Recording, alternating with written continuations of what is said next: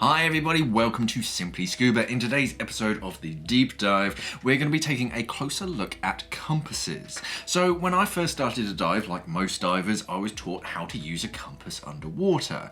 Now, I'd used compasses before, so it was fairly straightforward to convert that experience into using a compass underwater, but after my training, I didn't really use my compass very much, which was actually a mistake because your compass is actually a very useful tool for scuba diving.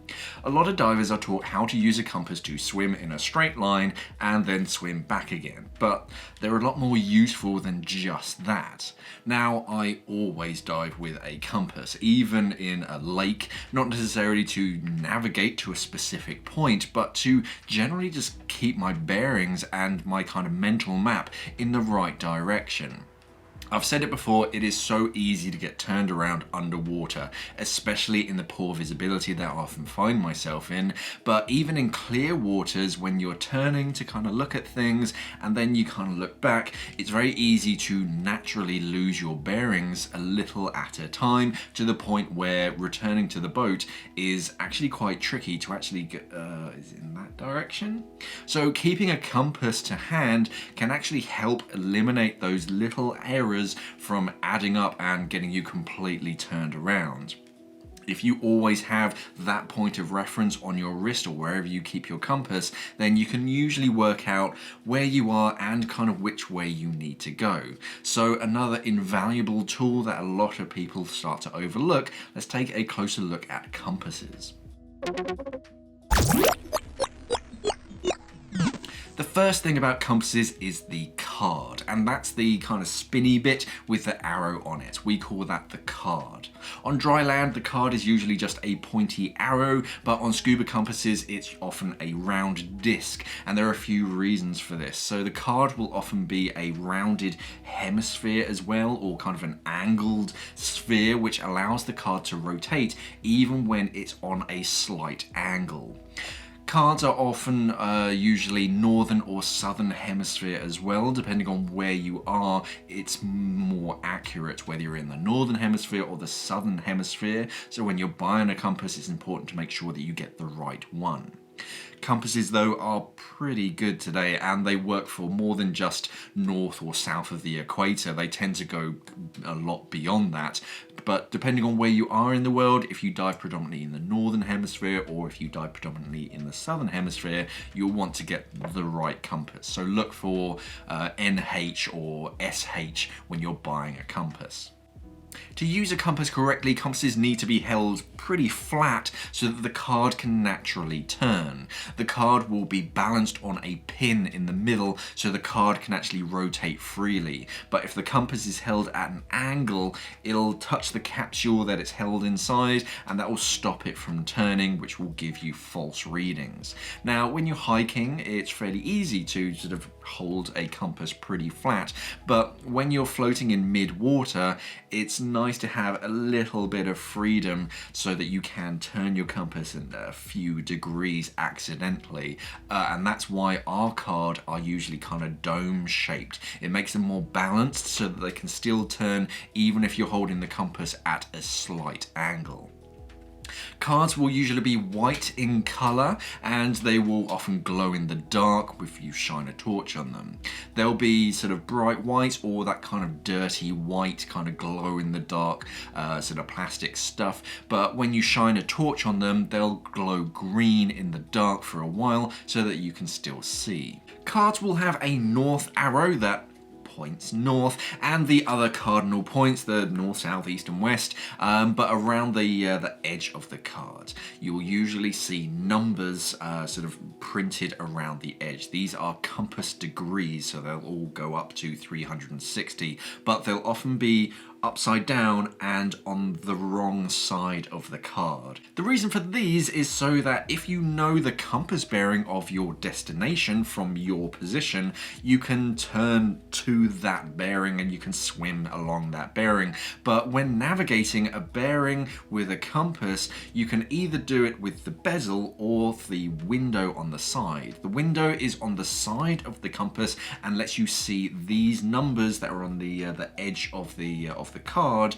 But when you're looking at these numbers on the card, you're looking at it from the wrong side. So now they're actually your correct bearing. It's confusing to explain, but let's talk about the window next. So on one side of your compass, there will be a cutout section of the mount so that you can see the side of the card.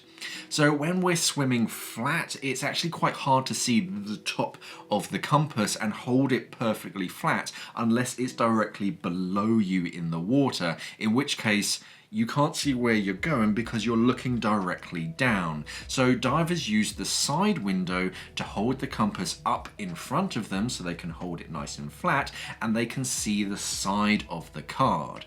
This is why the bearings are on the side of the card, and they're also back to front, because when you're following a bearing, you need to see that bearing, but the compasses, they don't turn that way, so you can't see the far side of the card. So that's why your bearing needs to be on the wrong side, because you're looking at the back side of the card, not the front side like you would normally looking straight down on it. The card will be held in what's called a capsule. Capsules are a clear fluid-filled capsule, which is why you can sometimes see bubbles on the inside of them. The fluid resists the compression of diving and it lubricates the movement, but there's often a small bubble on the inside from manufacturing. They're not perfect, so a small bubble isn't a fault. Don't worry too much about it unless it's a new bubble or a significantly bigger bubble than before. New bubbles mean that there may be a crack in the capsule and it needs replacing. Replacing a capsule isn't that hard, it's actually pretty easy and it's the cheapest option if you do break your compass. You don't need to replace the entire thing, you can often just replace the capsule itself. If you are, then the capsule will have a lug or a notch on it somewhere to kind of lock it in the right direction inside the mount. Because they're circles, you can fit it almost in any orientation, but actually there's one correct way, so make sure that the lug kind of lines up inside of the mount. Another thing that helps you sort of orientate it is the lubber line. So straight down the middle of the capsule and down one side, there will be a red line. It's usually red, sometimes it's black. And that's the line that you're supposed to swim along whilst you're navigating. It helps keep you accurate and it will continue down the side of the capsule where the window is. So if you're struggling to orientate your capsule into the mount, that's usually helped just get the lubber line so that goes straight down the middle of the window. Capsules are completely sealed and they cannot be opened unless you physically break them. So if you're planning on trying to extract a stray bubble because you're offended by it, then don't even bother. Just use the bubble as a way to kind of tell if your compass is completely flat or not. The bubble is your friend, it's not a fault, so don't worry or even try to get rid of it. Around the top of a compass, you will have a ring that you can turn with two little notches on one side and one notch on the far side. This is called the bezel. Around the bezel will be a bunch of numbers. These are your bearings, and the bezel will turn in both directions with a soft kind of ratchet system that stops it from just spinning around unless you want it to. The way the bezel works is to hold a steady bearing to basically keep you on point so you don't start to stray off track. If you want to head to a particular bearing, then set that bearing by turning the bezel so that the bearing that you want to head on is in line with the red lubber line. Your job is now to keep the north arrow in between those two little notches that I like to call the gate. If you're swimming along and the north arrow is in the gate, then you're going to be heading in the right direction. If you need to navigate back to where you started, then that's where the notch on the far side is on the bezel. That's what that notch is there for. Now, of course, you do need to take in sort of current and other environmental effects into account, but if you're just diving in a straight line, then this is how you do it. Divers aren't really known for never making any mistakes in the water, so instead of swimming to your location and then trying to sort of swim directly back again, turning the bezel mid-water and hoping that you turn it exactly 180 degrees, don't do that. Just swim out with your original bearing, leave that bezel in place, do not turn it in any way, and then you either on the return journey you keep south in that little gate, or just point the north arrow to that single notch on the far side of the bezel, and that will get you straight back to where you started. Obviously, if there's current, you'll be slightly off, so you do need to adjust for that. You have 4 basic choices when it comes to mounting a compass. The first 2 are pretty similar. They're both wrist mounts. So you strap the compass to your wrist, your arm or your hand, wherever you want to. And they're either going to be on a standard watch strap with a buckle, or they're on a bungee strap, which is personal preference, but a lot of mounts give you the choice. They'll have holes in sort of all 4 corners for 3 or 4mm bungees, so if you don't like the sort of the buckled watch strap, you can just fit a bungee cord. It's very much up to you. Another choice is gauge mounted compasses. These are quite a smart place for compasses because they keep all of your information all in front of you, all in one place.